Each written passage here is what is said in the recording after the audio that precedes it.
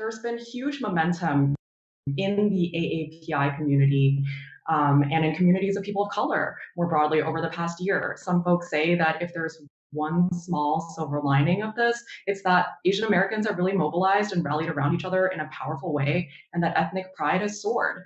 Do you agree with that? Is this a watershed moment for Asian Americans right now? I hope so. I think it's early to tell. I think what gives me hope and encouragement is seeing Asian and Asian Americans speak up for other communities, in particular the Black community, which has really faced so much trauma in the past year and in the past in general. It's been encouraging and inspiring for me to see the Black community also rally and mobilize around API hate, because it's really like we are having a lot of the same experiences because our struggle is against white supremacy. And if we can mobilize together, it makes us a lot more powerful than wasting energy trying to fight for crumbs that we're being given instead of really looking at taking apart the structures that hold us back. And you say that you sometimes felt like not necessarily always feeling respected, even as CEO of a major tech company. I mean, I think a lot of people would be surprised to hear that because so many of us, especially in the Asian culture, we grow up, being told that's the goal, that's the dream, got to make it there. And then you think that's it, you have it made. But you're saying, no, there's way more that goes beyond that. And, just because you get there doesn't mean that you're not going to still experience some of the same things that have plagued you maybe along the way. I think the biggest myth about tech and also the way I was raised and a lot of Asians are raised is that, the workplace is a meritocracy. And if you work hard and you don't complain and you do a good job, that you'll be rewarded and that you will be treated fairly and you will have a place in the company that is that continues to give you more responsibility, more financial return and more respect. When actually you learn at a certain point that that's actually not the case, and for many people it's never the case.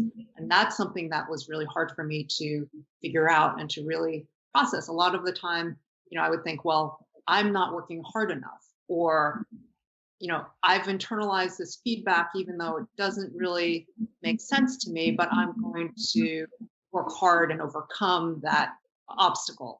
Or I'm just not, or that is one person who's the problem and it's not a systemic thing. It's just this one person. I need to figure out how to interact better with that person or how to convince that person. At some point, I understood like it was actually systemic, and that was a real moment for me. I'm also encouraged. I think people are understanding now the systemic nature of this problem, so they don't have that same struggle that I had of trying to understand, of spending all this energy and all of these cycles on trying to process feedback, trying to understand like why I wasn't given this opportunity or why I wasn't given this promotion, or all of the things that were happening became really difficult to understand because in this framework of a meritocracy, it didn't make sense. Do you expect, Ellen, lasting change to come out of this, especially as it relates to the workplace, or will it just be more of the same? I'm convinced that change is going to happen because when I look at, Gen Z and millennial workers, they are looking for something very different. I think, my generation, a lot of people are very focused on wealth and power. And the Gen Z and millennial workers are really looking for inclusion. They want to work for mission-led companies that are oriented around values and ethics. They want to see diversity on the teams they work on. They want to feel like they belong and everybody else belongs as well, even if they're not from a different group. If they're white men, they still want to see inclusion. They still want to see diverse backgrounds on their teams. So I think that push and the fact that they're willing to protest, they're willing to boycott, they're willing to organize, they're willing to unionize. I think those are the forces that will change companies and force them to address these inequities sooner rather than later.